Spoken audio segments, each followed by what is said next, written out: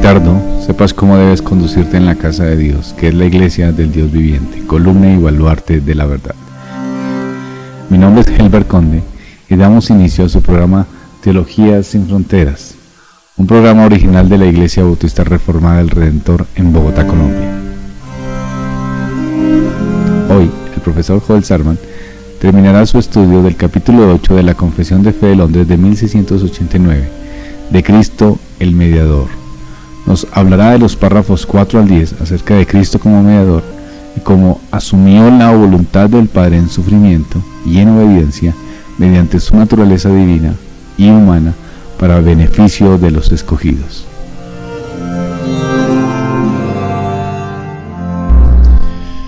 Confesión Bautista de Fe 1689, capítulo 8, de Cristo el Mediador, párrafo 4. El Señor Jesús asumió de muy buena voluntad este oficio, y para desempeñarlo, nació bajo la ley, la cumplió perfectamente y sufrió el castigo que nos correspondía a nosotros, el cual deberíamos haber llevado y sufrido, siendo hecho pecado y maldición por nosotros, soportando las más terribles aflicciones en su alma y los más dolorosos sufrimientos en su cuerpo. Fue crucificado y murió, y permaneció en el estado de los muertos, aunque sin ver corrupción. Al tercer día resucitó de entre los muertos con el mismo cuerpo en que sufrió, con el cual también ascendió al cielo, y allí está sentado a la diestra de su Padre intercediendo, y regresará para juzgar a los hombres y a los ángeles al final del mundo. La ley existe para conducirnos a Cristo, pero en el caso especial de Cristo mismo, no fue algo que le mostró su debilidad y pecado, fue algo que Él cumplió sin jamás quebrantar alguna parte. Ponte a leer la ley de comienzo a fin, arrancando en Éxodo 20, y te darás cuenta todo lo que cumplió sin falta Jesús. También puedo mencionar que existen reflexiones sobre los 10 mandamientos que son muy valiosos para nosotros en los catecismos de Westminster, los catecismos que es diferente a la confesión. Estos son provechosos. Busca el catecismo menor o el más amplio catecismo mayor. Tienen preguntas sobre los 10 mandamientos que te ayudan a meditar y entenderlos mejor, y a la misma vez entender lo que Cristo cumplió por nosotros. Y piensa después que a pesar de cumplir perfectamente, no haciendo ninguna violación, jamás pecando, sin merecer castigo alguno, Cristo sufrió el castigo y la maldición de la ley. Cristo, como mediador, hace 2 cosas en cuanto a la ley: cumple como ninguno lo hemos hecho, y sufre el castigo que no merece por los que lo merecemos. Por eso es necesario el gran mediador para esta tarea de cumplir exactamente solo para ser castigado al fin. Cristo sufrió en su cuerpo dolorosamente, y Cristo también sufrió terribles aflicciones en su alma, es decir, la ira de Dios, el abandono por haberse hecho pecado, la maldición. Este fue el trabajo del mediador, humillarse absolutamente. No es una humillación parcial, no es simplemente soportar vivir entre pecadores o el ser humano, es tomar el castigo merecido de su pueblo y pagarlo. Cristo fue crucificado y realmente murió y siguió muerto esos 3 días sin ver corrupción. La Biblia afirma que no vio corrupción. Me llama la atención esto, pero no entiendo por qué es importante. No se da razón por qué nos enseña esto. Es algo que todavía no he logrado entender. Pero este cuerpo humano que murió en la cruz, después de permanecer en la muerte, fue resucitado y ascendió. Y Cristo actualmente sigue con ese cuerpo y siempre lo tendrá. Es importante afirmar tanto su muerte física como su resurrección física. De esto depende la nuestra. Hemos muerto con Él a la condena de la ley. Un día moriremos físicamente, y la única esperanza de resurrección que tenemos es por unión con Cristo. Él va a levantar a todo su pueblo de la muerte, al igual que Él se levantó de la muerte. Que Cristo resucite tiene mucho significado, pero todo el significado depende del hecho histórico, que un muerto realmente resucitó. Sin esa esperanza, no tenemos los beneficios de la redención. Él intercede por nosotros con el Padre, es decir, Él sigue siendo el mediador. Capítulo 8 y párrafo 5. El Señor Jesús, por su perfecta obediencia y el sacrificio de sí mismo que ofreció a Dios una sola vez a través del Espíritu Eterno, ha satisfecho plenamente la justicia de Dios, ha conseguido la reconciliación y ha comprado una herencia eterna en el reino de los cielos para todos aquellos que el Padre le ha dado. Aquí se habla de la obediencia perfecta. Cristo obedeció los términos del pacto que hizo para ser mediador. Cumplió con todo, incluyendo la ley. Cristo también obedeció la ley que Dios requiere de todo ser humano. La segunda es obediencia general, la ley que Dios requiere de todo ser humano. Pero la primera, los términos del pacto, es obediencia especial. La ofrenda que hizo Cristo solo lo hizo una vez, ya que incluye todo. Es eficazmente ofrecida a través del Espíritu Eterno. En el Antiguo Testamento está la narración de la consagración de los sacerdotes y el tabernáculo, esa primera vez. Y vemos que los hijos de Aarón ofrecieron fuego ajeno a Dios y fueron inmediatamente y ferozmente consumidos.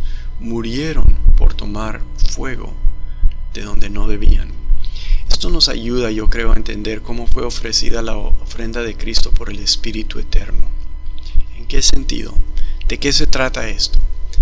El fuego que deberían tomar venía del altar de bronce. Y la pregunta para entender ese fuego es, ¿cómo se prendió ese fuego? No se prendió por medios humanos. No lo tomaron de algo que habían encendido antes, no encendieron un nuevo fuego. Ese fuego se prendió porque cayó del cielo, no fue fuego común. Y nos indica que el Espíritu, representado por ese fuego, ese que lleva el sacrificio a su destino, lo hace llegar a Dios, por decirlo así.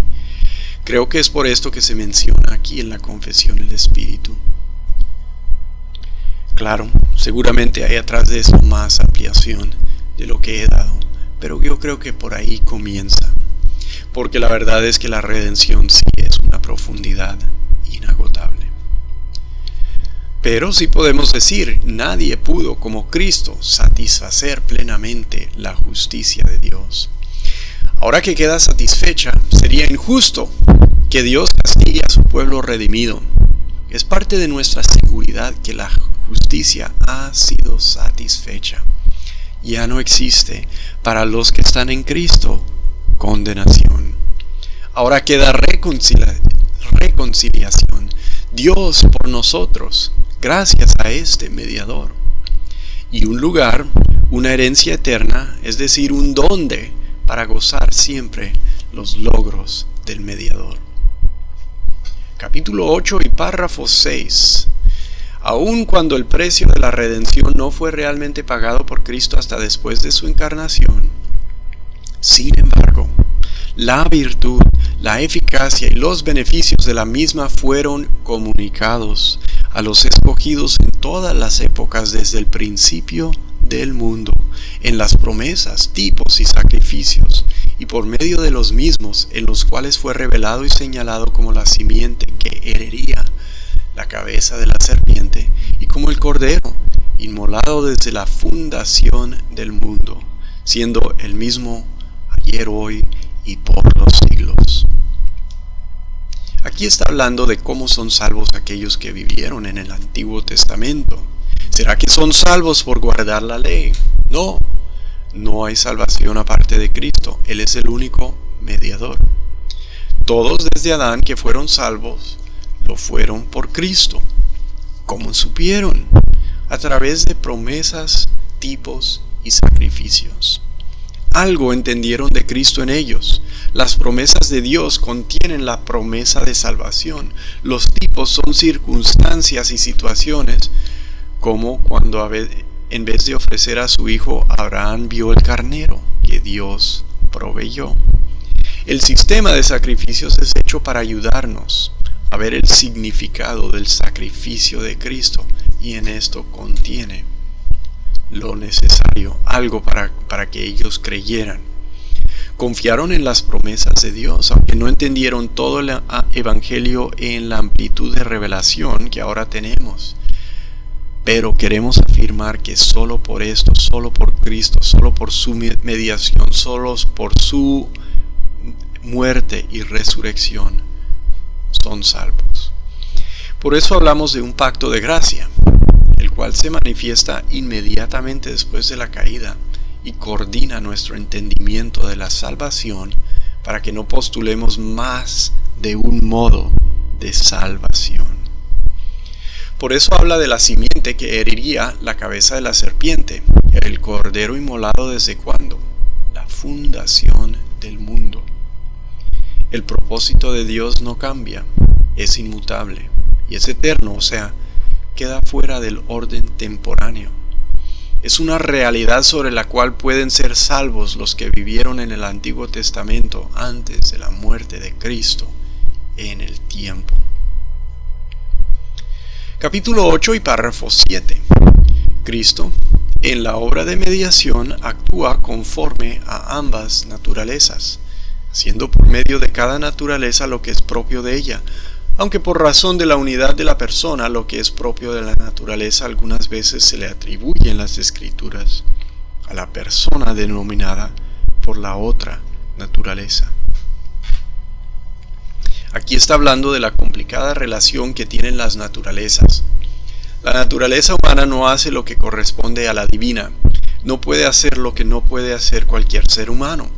Tiene que comer, tiene que descansar, necesita oración y comunión con Dios. La naturaleza no hace lo que corresponde a la humana, nunca se cansa, nunca no entiende.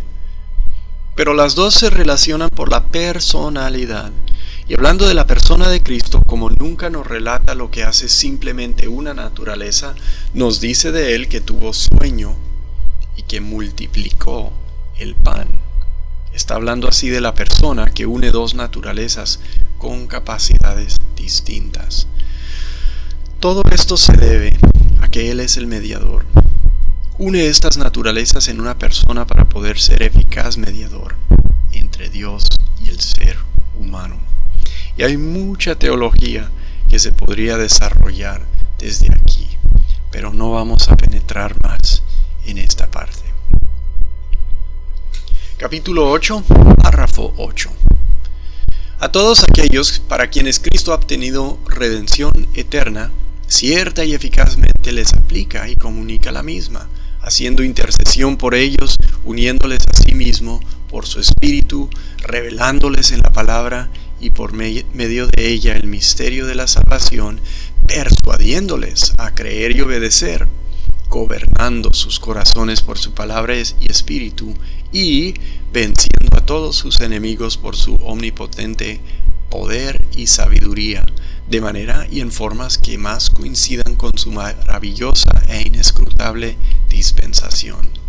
Y todo por su gracia libre y absoluta, sin prever ninguna condición en ellos para granjearla.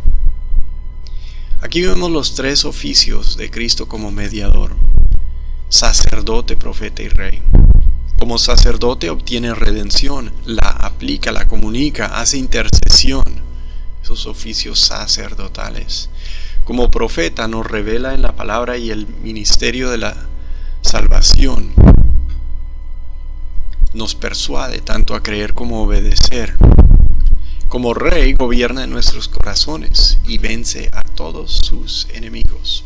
¿Cómo gobierna? Gobierna a través de su palabra y espíritu. Estos son los medios ordinarios, ¿sí?, que usa para su reino. Todo lo que nos manda viene por su palabra y espíritu. En la Escritura encontrarás cómo conducirte como sujeto del reino de Cristo. Decimos que la Biblia es suficiente porque contiene todo lo necesario. El Espíritu obra en los suyos para que puedan obedecer y conducirse como los sujetos del Rey. Ese es un tema que se podría ampliar bastante pero no lo vamos a hacer, lo dejamos ahí. Cristo gobierna porque es Rey, y Cristo sí es un sabio y capaz líder, y viviendo con los líderes y mandatarios temporales que nos toca, y siempre en la condición humana nos ha tocado, eso nos ayuda a someternos con ánimo al gobierno bueno y saludable de Cristo, confiando completamente en Él. Los enemigos de Cristo son los enemigos de su pueblo, y Él es poderoso para triunfar sobre nuestro pecado, sobre el mundo y sobre el diablo. Él no es un rey sin poder o sin autoridad. Él no carece de sabiduría o de cuidado. ¿De qué está hablando la confesión cuando dice que Cristo vence a sus enemigos de manera y en formas que más coincidan con su maravillosa e inescrutable dispensación? Que no lo está haciendo siempre como nos parezca. Parece a veces triunfar el mundo, pero es solo un parecer. Cristo está logrando sus propósitos. Él permite muchas cosas, pero estas no señalan la derrota de su reino.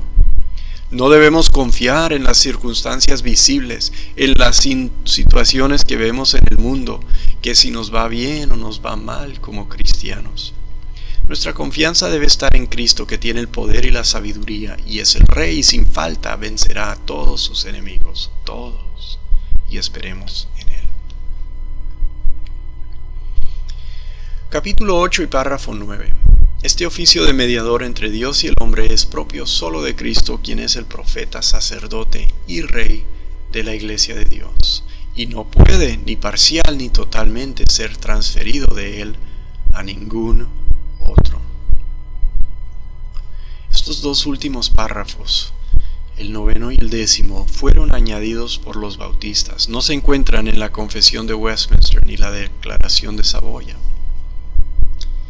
Quizás se deben al momento histórico.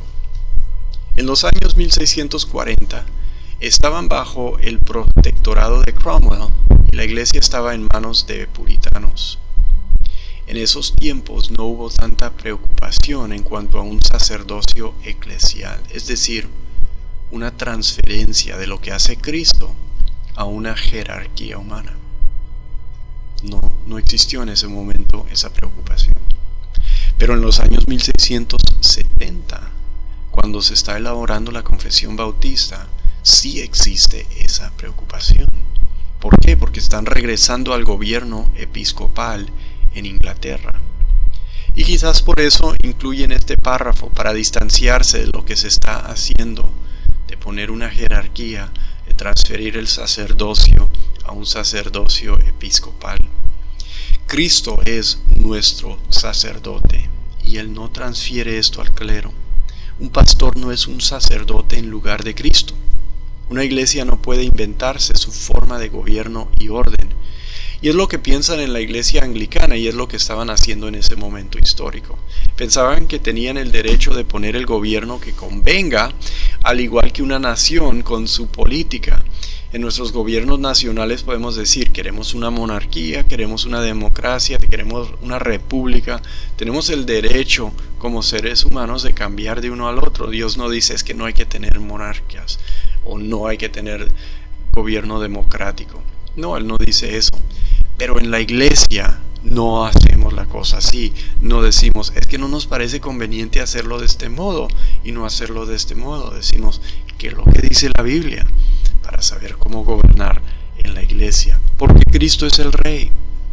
Igual, un rey de una nación no es rey en lugar de Cristo. O sea, no se transfiere como tampoco se transfiere el sacerdocio. Porque en ese momento el rey de Inglaterra buscaba el poder de regular la iglesia nacional como rey cristiano, ¿sí? Y quizás a esto se refiere la confesión rechazando este argumento, que no se transfiere el reino de Cristo a los poderes temporales. Ellos siguen, hacen el bien o el mal, pero el reinado de Cristo, su reino, es otra cosa distinta. No se deben confundir. Solo Cristo es el mediador y solo Cristo desempeña sus oficios. Estamos bajo Él y su gobierno. No lo digo por negar nuestro deber a los gobiernos temporales, pero para evitar identificarlos. Son distintos, permanecen distintos en toda esta época, el gobierno temporal y el reino de Cristo.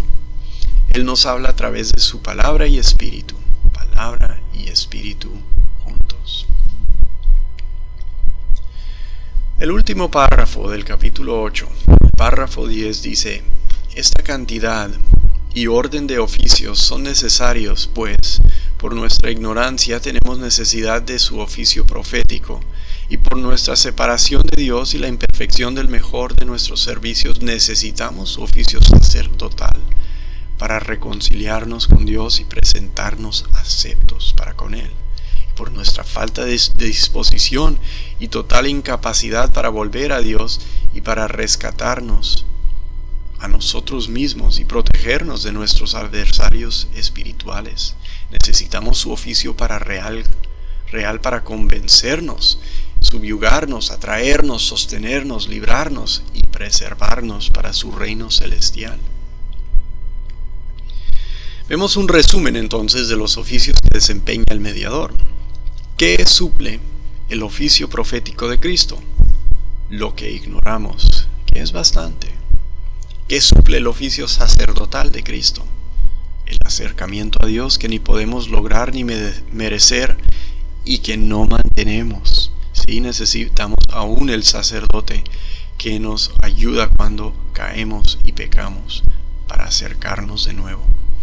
¿Qué suple el oficio real de Cristo? Nos subyuga siendo rebeldes, nos atrae siendo indiferentes, nos atrae como un héroe, como un rey que podemos valorar y premiar y admirar. Nos sostiene siendo débiles, nos libra siendo esclavos y nos preserva, porque si dependiéramos de nuestro poder, nunca llegaríamos a su reino celestial. Todo esto lo tenemos por nuestro mediador, y sin este mediador, sin el Dios humanado, no obtenemos lo que es necesario para la salvación que Dios decreta para los suyos. Gracias a Dios por este mediador.